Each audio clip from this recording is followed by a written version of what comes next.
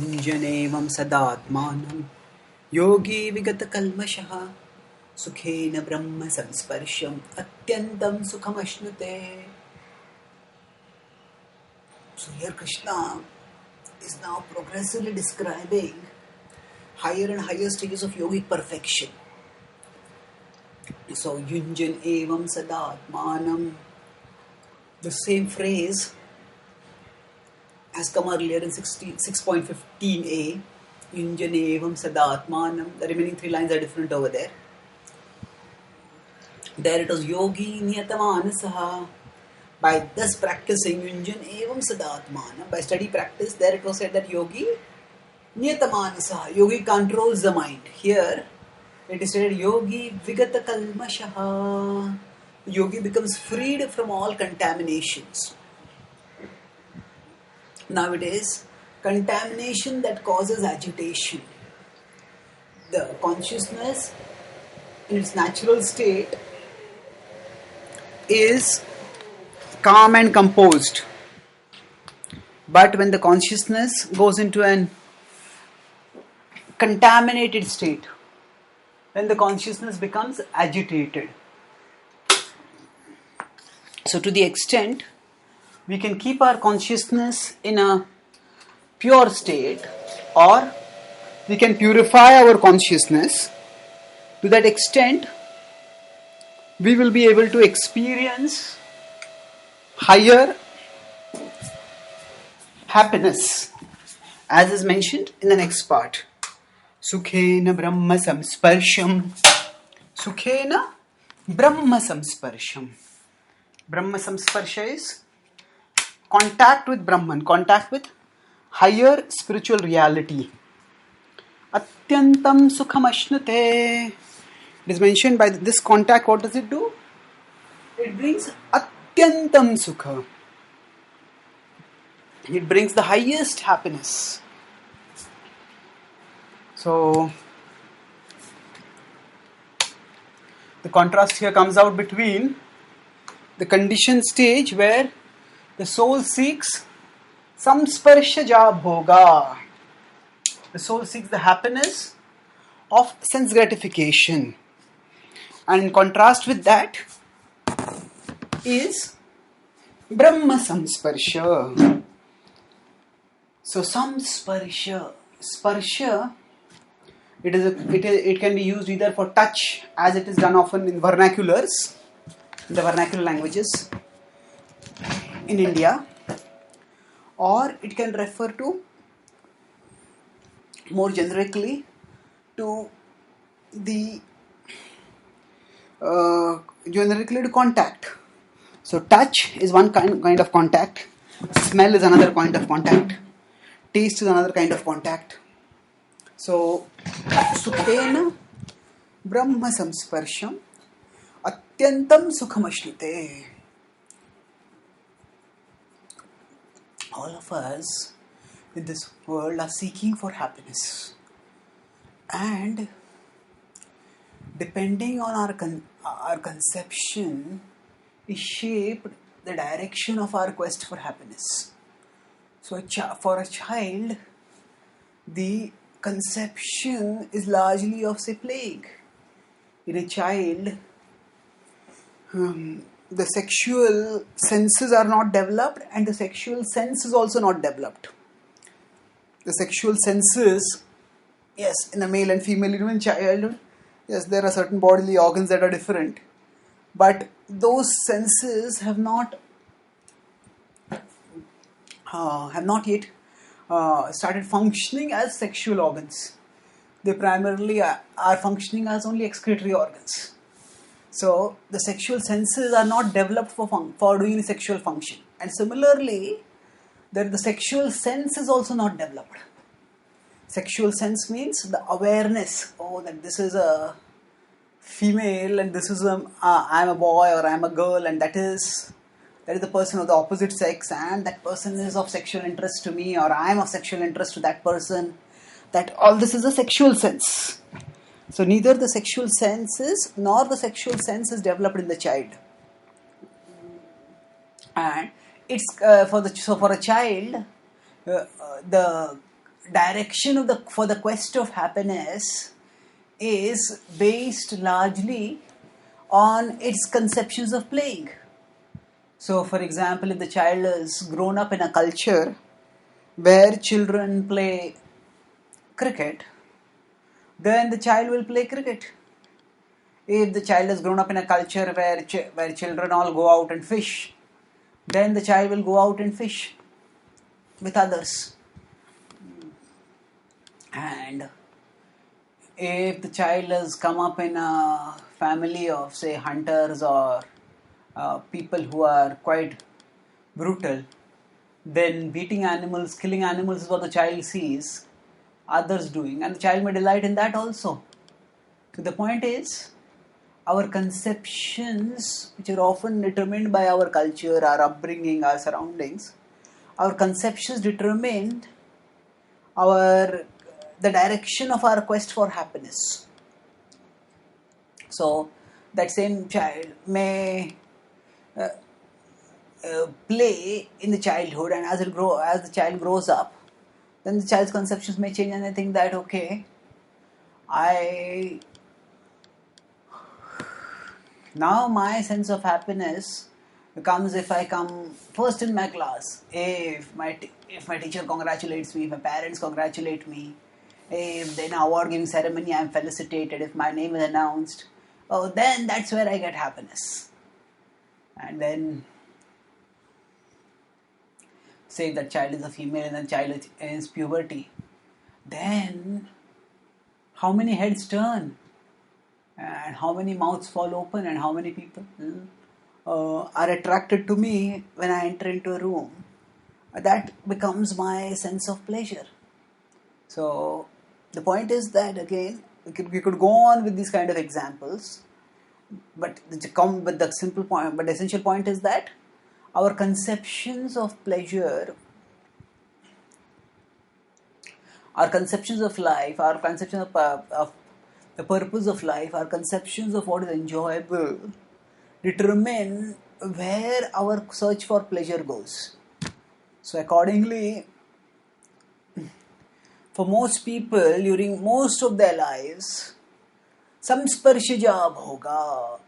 Their conceptions of pleasure are centered largely on samsparsha, largely on contact of the senses with the sense objects. And with such a conception of pleasure, samsparsha jab hoga, when they have, then they are so captivated by the idea that the contact of senses and sense objects will lead to pleasure, that even if this idea is falsified somehow by experience, then there is some pleasure when the senses come in contact with sense objects, but that pleasure is flickering. It is, as Prahlad Maharaj says in the Bhagavatam, madhulavai. It is honey, but it is lavai. It is a small fraction. It definitely does not last anywhere near what is depicted in the movies and the novels and, of course, the fantasies of our own minds. So it turns out to be at best an anticlimax. And yet, despite this disappointment, despite this letdown, the person keeps searching for the same pleasure again because of not knowing anything better. Now, only when the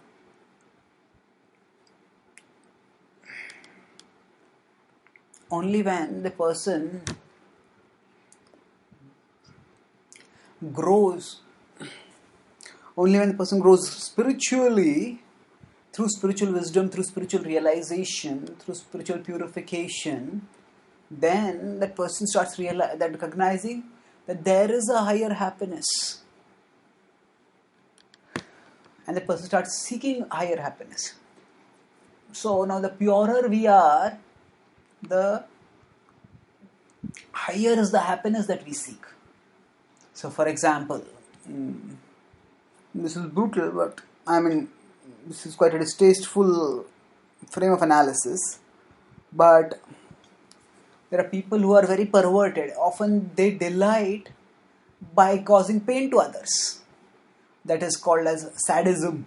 Sadists are those who uh, beat others, whip others, and when they see others crying and trembling and writhing in pain, that gives them some perverse pleasure. So Mrugari was that kind of person who got sadistic pleasure in half killing animals and seeing them writhing and squirming and in agony. So, and there can be sexual sadism also, where where more than the sexual pleasure, the person gets pleasure in dominating someone else and in making making the other person feel pain. So again, the point is that this is at a very low level. This is not even sexual pleasure. This is actually quite it is sadistic pleasure. It's tamasic. It's in the mode of ignorance. Then, as once if the impurities are not so deep, then there is sexual pleasure, which is largely romantic. Which is mostly in the mode of passion, where the two partners fancy themselves in love with each other, and then they seek pleasure, and that is in passion. In general, when a person comes to goodness, then there is love of ideas. Love of ideas means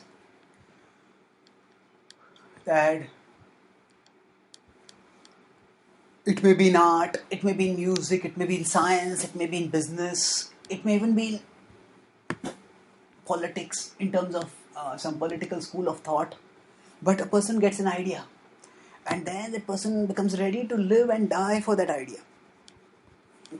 Now, that idea in and of itself may not have anything spiritual to it, but the person is attracted to that idea and thinks that, oh, that this idea is what in writing about this idea, speaking about this idea, in sharing this idea, in implementing this idea, I will give myself up to this idea. So in this idea there can be values like freedom, equality, and such things. So this is sattvic. So then that person's quest for happiness is directed accordingly. And beyond this is transcendence, where the person understands that actually, ultimately what I am looking for is eternal love. And I am eternal. And I want love, but the love of this world is temporary. The love of this world is not going to satisfy me. If I am to be satisfied, what I need is undying love. And that undying love will be found only in relationship with God. And therefore, the person starts doing Brahma Jigyasa, and then goes beyond Brahma Jigyasa to understand being Brahman in the highest platform as Bhagavan, and in falling in love with Bhagavan. And that Bhagavad Prem, that Krishna Prem, brings about the highest level of Brahma Samsparsha.